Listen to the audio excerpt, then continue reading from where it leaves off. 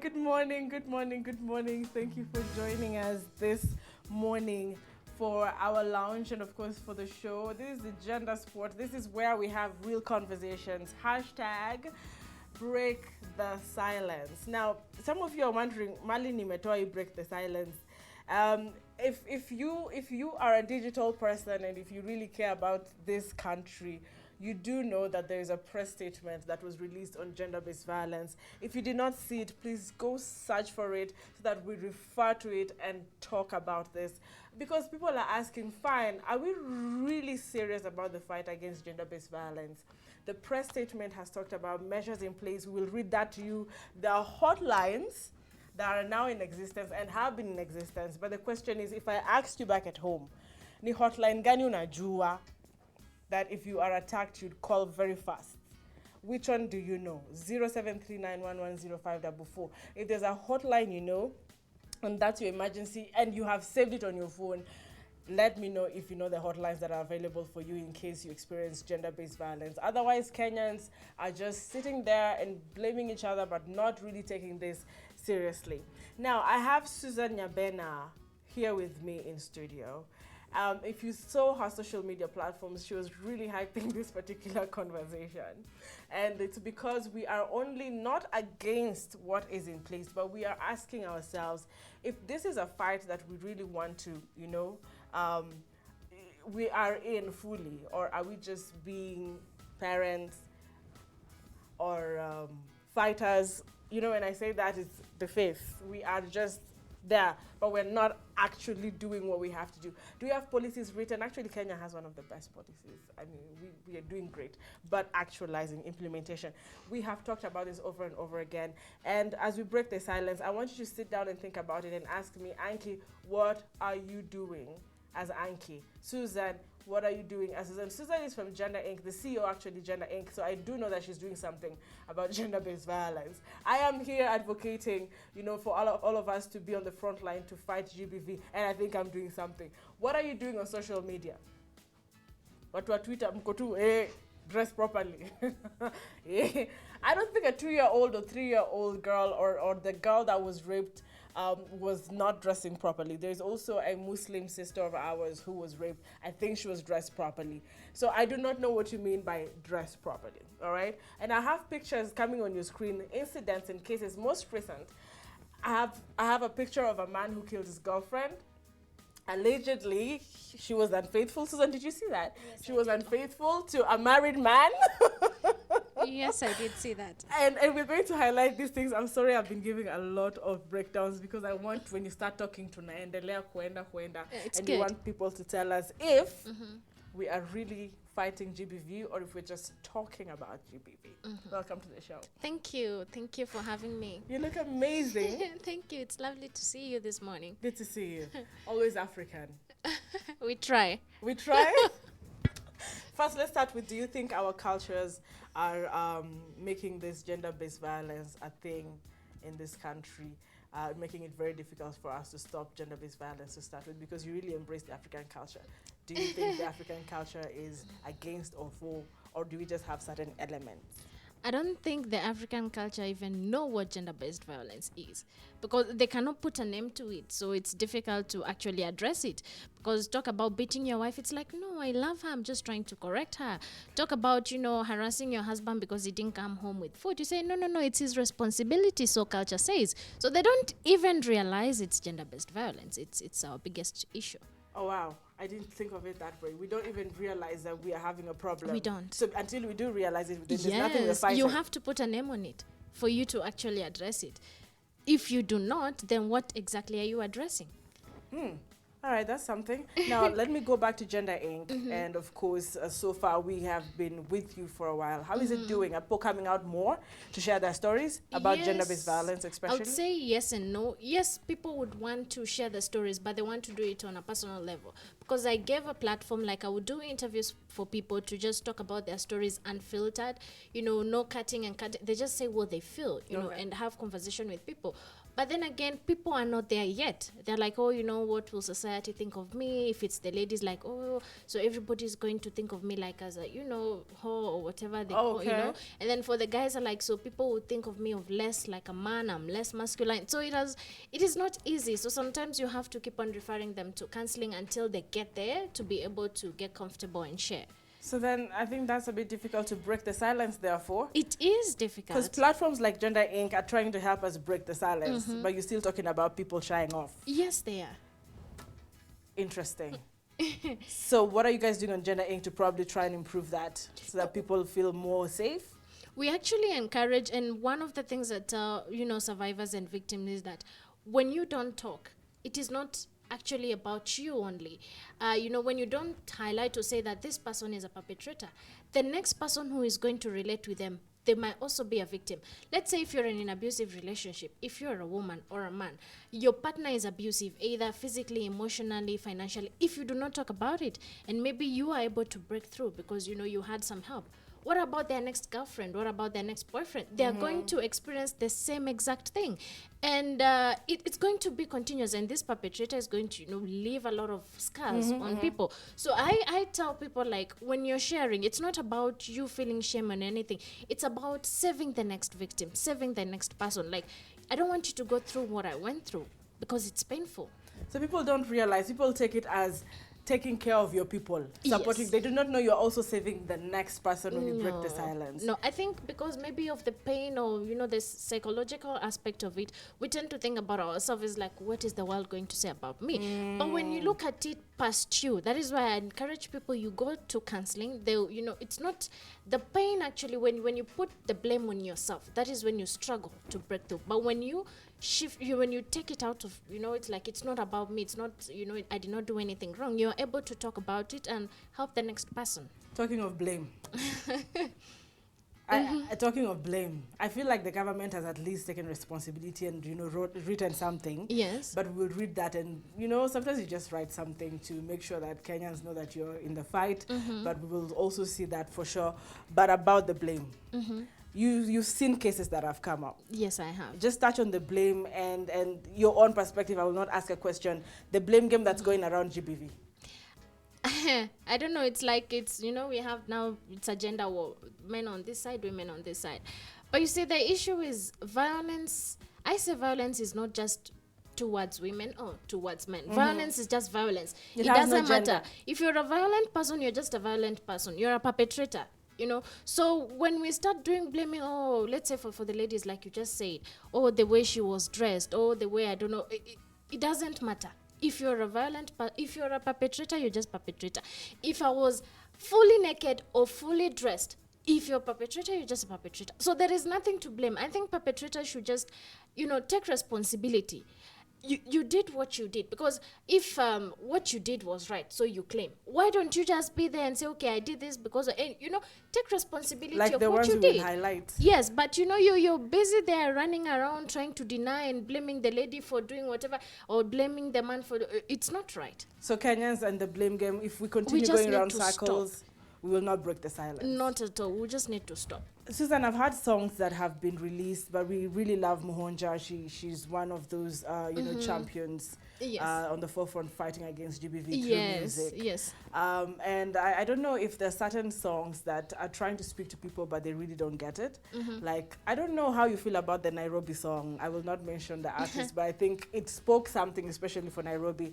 Yule anakupea ananipea, akikuletea, ananiletea, tunashare. I think sometimes there is the emotional abuse, because gender-based violence is not just physical, rape, sexual, all these things you're saying. Yeah, there's more to it. Do you feel there's an aspect of this that is now becoming normal until artists can sing about it freely because it is really amongst us?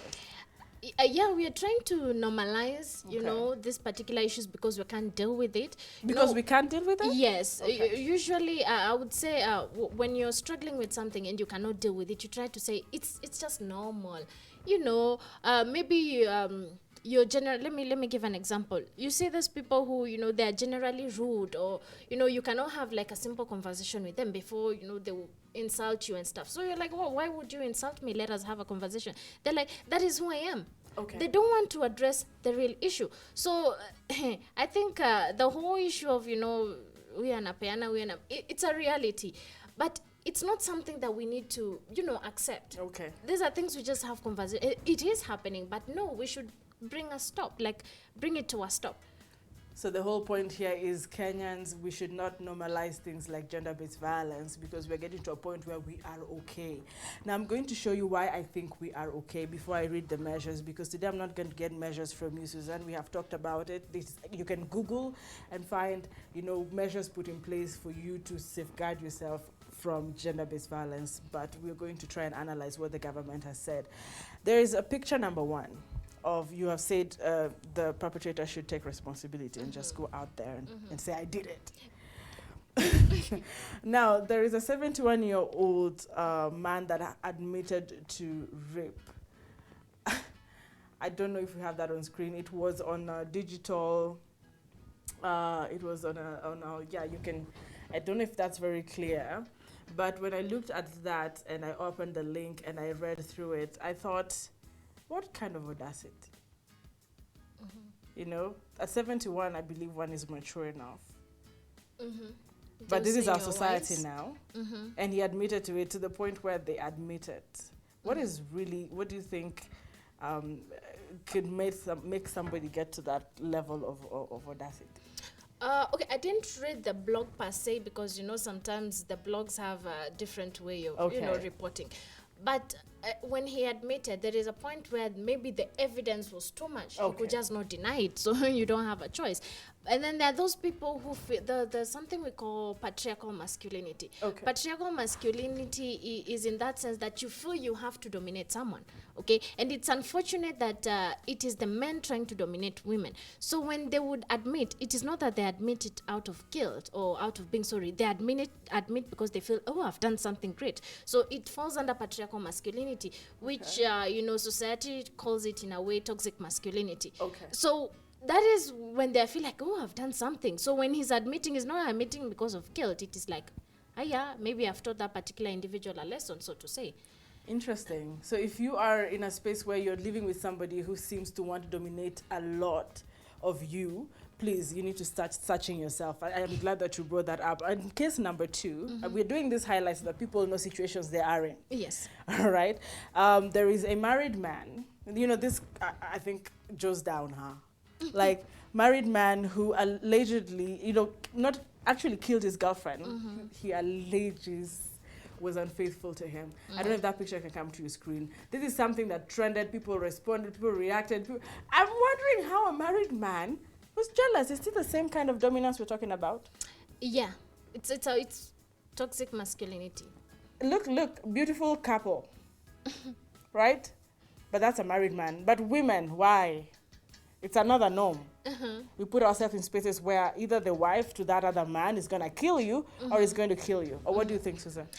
Yeah, I think I don't want to sound like I'm putting blame or shifting blame, but I would say if you're an adult, the lady was an adult. Yes. You need to be aware of your environment. We talk about this all the time. Okay. Sometimes we cannot prevent situations, but we can avoid them. Okay. Like you're saying, if this lady, let's say, knew that this guy was married, so she already knew what she was getting into, consequences that come with it, and you never know how people react when they're hurt or they're being cheated on and everything. But that does not, if this lady, was having someone else in her life, it does not justify what the man did to her. Okay. Both of you are being unfaithful to each other, so just sit down and accept your unfaithfulness and chat the way forward, not really getting violent about the whole issue. And I would say some of these things are not there is always a thin line between gender issues and actually relationship issues. Okay. Because this particular aspect of this is just violence. It is not even a matter of it being gender or something. The guy brutally, allegedly, like you're saying, brutally, whatever she did to this lady, you wouldn't want it to be done to anyone. It was not a matter of she was a woman or whatever. She's human. What you did to her, it's difficult to fathom, but I like that you say that chart way forward. So even in your relationship today, we're talking to you. This is the way to break the silence. We don't want you to come out and, viva, viva. That particular relationship, like you're saying, understand the Yes, environment it starts and break from the there. silence. That's where you start breaking the Yes, silence it's from. if you cannot break it, then you're going to have children. So if you could not even have a conversation with your spouse, and talk about those particular issues that you feel are pertinent to you, then how are you going to teach your children? Because that is where you start. It is where they're picking it from. That's where we start breaking the silence from. So what relationship this morning tushawaambia mnaanzia hapo kwa relationship. Now, a 16-year-old in Kenya, that's not an adult yet, is it? No. But this 16-year-old commits suicide because they can't work. A relationship with a 23-year-old boyfriend. Their parents are not in agreement with that kind of relationship. Would you let your 16-year-old anyway? But we do not know the nature of the relationship, but they had a reason why they...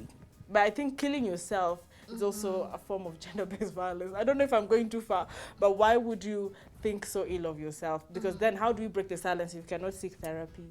I don't know what you think of that particular situation. I wanted to highlight is that people know you start breaking the silence by talking to yourself first. Yes. What do you think? That I agree. And psychologists actually, they term, I'm not a psychologist, so to say, but they term suicide as an illness that needs to be managed. We don't actually say people committed suicide anymore. But like you're saying, the level, like when this lady decided to, Take her life. Yeah, to take her life, it means it was on a, the relationship must have been intense or deep. You cannot just be friends and then commit suicide like that. Sorry, take your life. So I would say that you see, the last time I think we were seeing our parliament people having session of trying to reduce the sexual age consent to 16. This lady is 16. Yes. And I think we are just getting it all wrong. How would you want to reduce the age to 16? And you could not even get comprehensive sexual education into the curriculum. So you're just allowing people to go and do whatever they wish to do without any knowledge, without any information. They're going to mess it up. We are complaining about teenage pregnancy, but we could barely have this conversation with our girls, and boys, because really, and there was a report I was reading last week that said the reason as to why we do not have teenage fathers, it is because those relationships that these teenage mothers have are with adult men. Not their fellow teenagers. So hence, as much as we are trying to, have research done, most of it's coming out that the fathers to this, or the partners to these teenage mothers are adult men. So we need to have a conversation with our men. When someone is a child, is just a child. I think there's so many beautiful women out here who are adults that you could engage with. Why would you want to, a child? And I'm actually picking this from you. And when you're dating an adult and you're 16 years old, your emotional level, he has a lot of power. There's power with, power over. And she cannot handle all, like you said, the intense and depth of this relationship. So parents, that's on check. Start breaking the silence by having the conversation, like you said, with your children before we start talking about their depth. Because we don't want to break the silence after it has all happened. Not at all. Now, I saw this highlight on a magazine, on a newspaper, National Daily, by the way, of men seeking safe haven. They're trying to find safety. This is war at home. This is men. Now, this is not women. We've talked about girls or teen pregnancies, but these are men in Tana, and they're seeking, refuge. Where is the table standing? Even in this conversation, are we having this conversation? Are we breaking the silence when it comes to men and GBV? We're not there yet, but we're not there yet. I don't even think we've started. How slow can we be? It's unfortunate that we tend to view gender-based violence as women violence. Women that is violence that is perpetrated towards women. But our men have been suffering. It's just that society has taught them to keep quiet. And I like it when men come out and say, you know what, my wife is, she's harassing me or she's doing this to me. I like it because we are able to save these men. If, let's say, you have children and this is happening to their father, what is happening to those children? They are learning things, they're picking things, they get affected. I think parents don't realize, but whatever happens in the confines of the home affects the children. And like I read the story, and the guy was saying he was so afraid that one day he's going to die. Oh. And it doesn't have to be that way. I just don't understand why he wouldn't walk out of the marriage. But he's afraid, but he's not walking out. He's not walking out because he said he would run to the safe space, he will stay there for a few months, then he will come back. And then, I think after he came back, they burned him with hot oil, and then he ran away. He healed and come back. So you go, you heal, you come back to the environment that broke you, and you expect to heal. Break the silence. We have to. Now, as we are talking about this, I hope that you guys are sending in your feedback on how to actually break this silence. We're just analyzing. Now, I want to come to the government, because people say government ISID, hakuna kitu anafanya. So, as we close, the latest press statement says that, now this is what they said. They said that they shared with us other measures that are available for the use of public. So if you do not know that these things are available, please just listen to me very keenly. There are toll-free hotlines, which include the National GBV helpline, and that is 1195, if you do not know. There's a National Police helpline under the police care, and there is the Child helpline, that is 116, like 116. They're actually specific, all right? So that those that are very, very, very key hotlines. But I'm asking myself, Susan, haven't we had hotlines before? We have. Do they exist? They do. But are there complaints that they're not even going through sometimes, or things like this? Yes, a major part of last year, I think around June, July, it's when the cases have started increasing, and I was following up, and most people were complaining the lines were not going through. But I think for this year, there have been some improvement. Okay. When you call, it goes through. All right. Yes. So I think that's an improvement. Let's not make that an excuse. Now start calling those lines and make use of them. There's something about prevention and response structures to the county GBV working groups that are established by the national and county governments. Now this consists of law enforcement agents, social workers, medical personnel, and non-state actors. I want to rush through this letter, but I want to also question the fact that we've had P3s presented in court that did not actually have signatures of medical personnel. Why then do we have these people in this fight? Or are these just one or two people who are trying to slow us down? I would say I would encourage the government to clearly, state it or have rules or policies and things like that. Okay. Because I remember last month there's a lady who was raped by her cousin, and then she just went to a private hospital and get whatever she had, the form and everything. So when now she was going to court, actually the doctor was supposed to finalize everything and sign. So when she went back, the doctor said, I cannot sign it for you. Because why? He said, I cannot just sign. And the lady was like, leave alone whatever rules and policies that you have.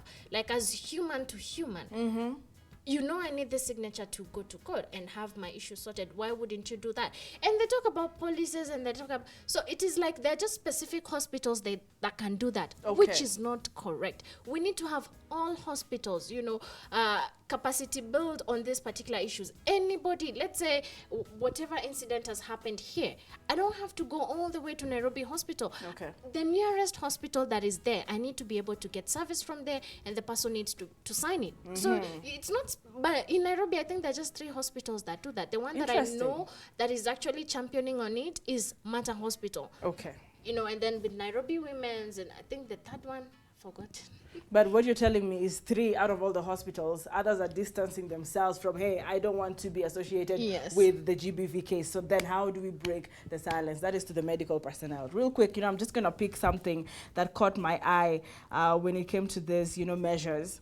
And they said there is with the support of the National Government Affirmative Action Fund, there was, or there is this something new? Finally? I've actually heard of it for the first time. Or the National Government Affirmative Action Fund, the rescue centers for GBV. But these are particular counties. I want you guys watching to know that you are having the government support. That is West Pokot, Bungoma, Vihiga, Meru, and Migori counties. But additionally, there are 36 shelters Now, we have shelters that are being operated by civil society organizations in 13 counties. Now, men and women, you know where to go.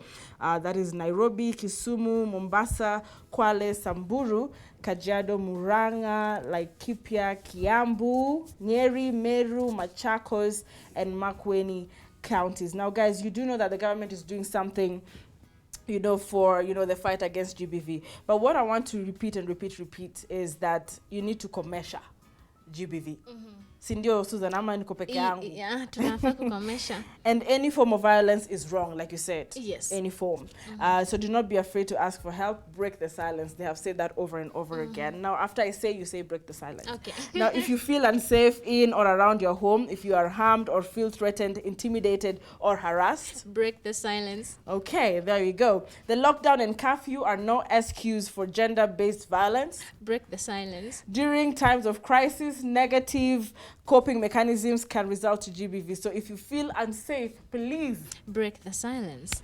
Do you know anyone going through domestic violence and needs help? Don't sit back. Instead, break the silence. I think we're done here. Ladies and gentlemen, boys and girls, Gender Inc. represented in a big way. Search them, speak out, and break the silence. Susan. Yes. Thanks for being here. Thank you too. We're doing this. Oh, we have to.